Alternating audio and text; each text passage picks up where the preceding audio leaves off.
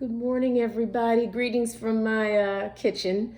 This is a stay-at-home day, and so I was trying to figure out a way to help us all better conceptualize numbers when it comes to epidemiology and what those numbers mean and how important it is to have the correct numbers, especially when you have people who are seemingly authorities on the matter coming up and telling you, well, the mortality rate for COVID-19 is this, and this is why I believe it. So what I've assembled here is different volumes of water to simply signify different population sizes. So the first thing with epidemiology is that the denominator matters. You have to know the number of people that you're trying to examine, or else the numbers can be manipulated. So in the case of the doctors in California who said, well, our prevalence is this, our mortality rate is this, so the mortality rate for the entire population of California is that. So let's talk about some numbers real quick. So in order to calculate prevalence, and I don't know if you can see this, but prevalence is the number of people with the disease versus the number of people who are tested.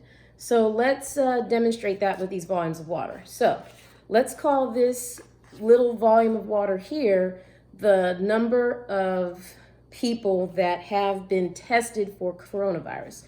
And now let's make this one drop of blue food coloring the number of people with the disease. So when we go to make that drop,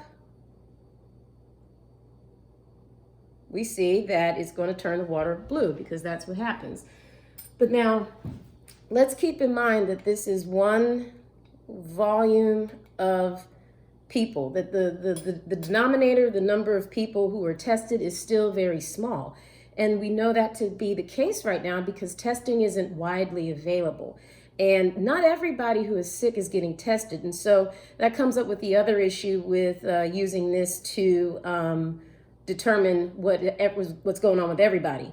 The number of people tested are probably going to be sicker because that's all we're testing right now. We can't generalize this. And so, in other words, this is exactly, I'm going to move this out of the way, this is exactly what the Bakersfield doctors did.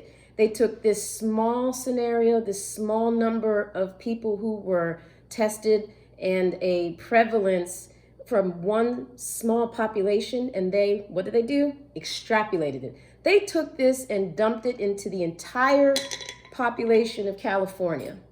And if you notice that this color blue is much lighter than what it was, and so they diluted their numbers to suggest that this is the true mortality rate based on the tiny numbers that they had. So you have to be very careful about how people are going to manipulate numbers. Because this is a lighter blue color, it's going to make you think that the disease mortality rate or the disease prevalence is a lot lower than what it really is. So let's do that example one more time and make a true example of what's going on. Let's make this the actual state of California. An unknown amount of cases, an unknown amount of people being tested, an unknown amount of risk factors. And now let's take that same Bakersfield study and drop our one drop of people with the disease versus people tested so that we can really dramatize what actually happened. So once again, they took these numbers and generalized to the entire state of California. Now, there's a reason why I chose yellow for this. Because you notice how conveniently this has turned green. Okay? They want you to believe this is actually this. Those two individuals are business owners. They are losing money because people are not coming into their clinic. They want everything to open up so that they can make what? Green, more money. So you have to be very careful with how people will use numbers to make overgeneralizations for their real intents. So this is not this.